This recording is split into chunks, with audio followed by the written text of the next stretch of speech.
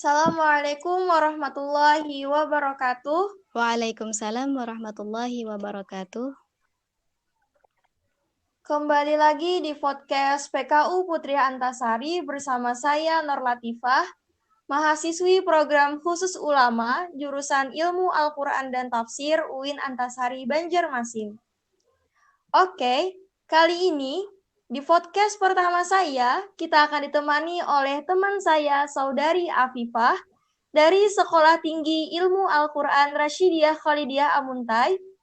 Oke, langsung saja kepada Kak Afifah untuk memperkenalkan diri. Baiklah, nama saya Afifah dari Sekolah Tinggi Ilmu Al-Quran Rasyidiyah Khalidiyah Amuntai, jurusan Pendidikan Bahasa Arab, semester 4 Lokal A. Nah, di podcast kali ini kita akan membahas perihal manajemen waktu. Kawan-kawan, penting bagi kita untuk bisa mengatur atau memanage waktu kita dengan baik, agar dengan manajemen yang baik kita dapat mengurangi prokrastinasi, agar kita tidak menyesal karena telah menyia-nyiakan waktu yang kita miliki. Oke, langsung saja kita masuk ke pembahasan tentang manajemen waktu. Pertanyaan pertama nih Kak Afifah. Kenapa sih kita perlu sekali untuk memanage atau mengatur waktu kita? Gimana nih Kak Afifah? Baiklah, saya akan jawab. Kenapa sih perlu? Karena time is money. Waktu adalah uang. Dan waktu itu sangat berharga dan tidak akan bisa kembali. Dan dalam mengatur waktu, dalam mengatur waktu ini harus dilakukan oleh setiap orang yang ingin hidupnya itu lebih teratur, terarah, sehat, dan terkendali, dan tentunya terhindar dari stres. Stres dalam memikirkan hal-hal yang membuat kita tertekan. Nah, jadi orang yang dapat mengatur waktunya sebaik mungkin, maka 1 menit pun itu sangat berharga untuk mereka. Jadi kunci dari manajemen waktu yang sukses itu sebenarnya adalah seberapa kuat motivasi kita dalam mengatur waktu agar lebih produktif. Sekian. Nah, dari penjelasan Kak Afifah tadi, kita sangat perlu sekali untuk memanage waktu kita karena time is money. Waktu adalah uang. Nah, gimana nih Kak tips bagi kakak, tips ala Kak Afifah deh. Gimana sih caranya mengatur waktu? Secara kan yang saya tahu, Kak Afifah selain kuliah juga menghafal Quran. Insya Allah. Kan padat tuh Kak. Gimana sih caranya membagi waktu antara kuliah dan menghafal Quran? Nah, kasih tips dong Kak untuk kita-kita para pendengar podcast ini. Nah, kalau dari Ana sih ya, tipsnya itu harus mempunyai target dan rencana. Dan dijalaninya dengan santai. Jadi santai di sini itu bukan berlarut-larut, tapi santai yaitu enjoy, yaitu menikmati segala proses yang dilakukan. Nah, target dan rencana tadi, yaitu memiliki target yang sudah Anda rencanakan proses-proses dalam setiap harinya. Dari segi pembagian waktu. Nah, dan dari segi pembagian waktu ini ada di mana waktu yang mutlak. Maksud waktu yang mutlak itu adalah waktu ketika kuliah. Ketika kuliah itu sudah ada waktunya yang tidak bisa diganggu gugat lagi oleh kegiatan lain, kecuali ada waktu libur ketika kuliah. Dan waktu yang kosong, waktu luang. Tidak ada kuliah, jadi di mana waktu kosong itu saatnya kita mengerjakan tugas atau menghafal atau murajaah. Kemudian lagi ada waktu yang tiba-tiba kita harus melakukan suatu pekerjaan atau mendesak yang mana kita harus dituntut untuk melakukan hal itu sekarang misalkan.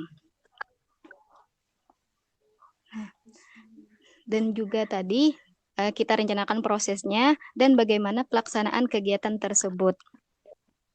Nah, jadi hasil dari usaha yang sudah Ana rencanakan tadi, maka akan sesuai dengan target yang Ana inginkan. Nah, Ana sih biasanya dalam memikirkan suatu target atau mengatur rencana untuk esok harinya itu adalah sehari sebelumnya.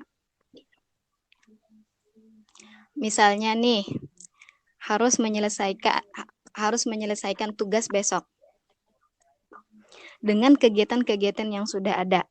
Jadi kita itu harus memikirkan kira-kira waktu kosong itu kapan untuk mengerjakan tugas tersebut. Dan juga misalkan besok kita target setoran pagi harus 1 lembar. Nah, jadi kita sudah merencanakan kapan waktu untuk dapat 1 lembar tersebut.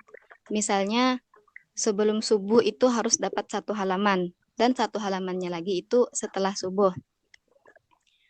Dan misalkan setelah subuhnya itu kita ada piket kebersihan atau piket asrama.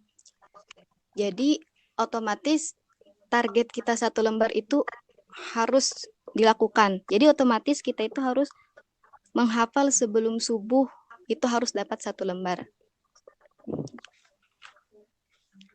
Nah, jadi dengan adanya pemikiran dari target tersebut, maka kita akan terdorong untuk melakukan hal tersebut. Dan anak ini orangnya kalau dalam mengerjakan sesuatu itu harus cepat selesai. Nah, jadi menurut anak itu lebih cepat selesai, maka akan lebih banyak waktu untuk melakukan hal-hal yang lain. Bisa buat istirahat atau refreshing lah, cari hiburan gitu, atau kumpul-kumpul bareng teman gitu.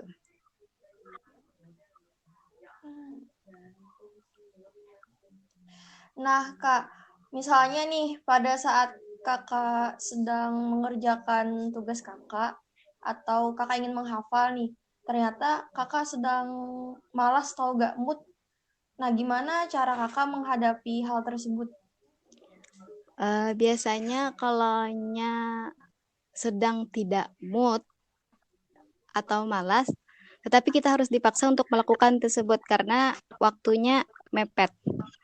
Ana sih santai aja, gak terlalu dibawa beban pikiran. Santai aja, misalnya kalau dalam menghafal kan biasanya Ana pakai metode atau apa. Kalau lagi kurang mood, Ana biasanya baca-baca aja, berapa kali baca sampai hafal gitu. Walaupun waktunya itu lebih lama. Kalau tugas juga, misalkan ya mengerjakannya sedikit-sedikit lah. Kalau sudah sedikit, bisa refreshing lagi atau rebahan atau gimana gitu, atau sharing sama temen. Jadi, Nah, terus Kak, nah jadi tidak santai aja gitu ngalir kita dalam mengerjakan tugas. Jangan terlalu dipikirkan. Ya, begitu. nah terima kasih banyak Kak Afifah. Ya.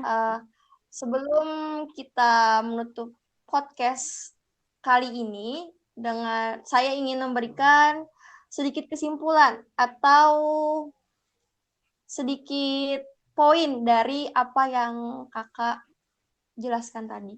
Intinya adalah dalam manajemen waktu, kita harus punya target dan rencana agar kita terdorong atau termotivasi untuk melaksanakan dan mencapai target kita. Baiklah Kak Afifah, terima kasih banyak untuk waktunya. Semoga lancar puasanya Kak. Ya. Semoga nanti lain kali kita bisa bikin podcast lagi. Baiklah, kita tutup podcast pada hari ini. Saya selaku penanya mengucapkan terima kasih yang sebesar-besarnya. Semoga podcast kali ini bermanfaat untuk kawan-kawan yang mendengarkan. Kita tutup. Assalamualaikum warahmatullahi wabarakatuh. Waalaikumsalam warahmatullahi wabarakatuh.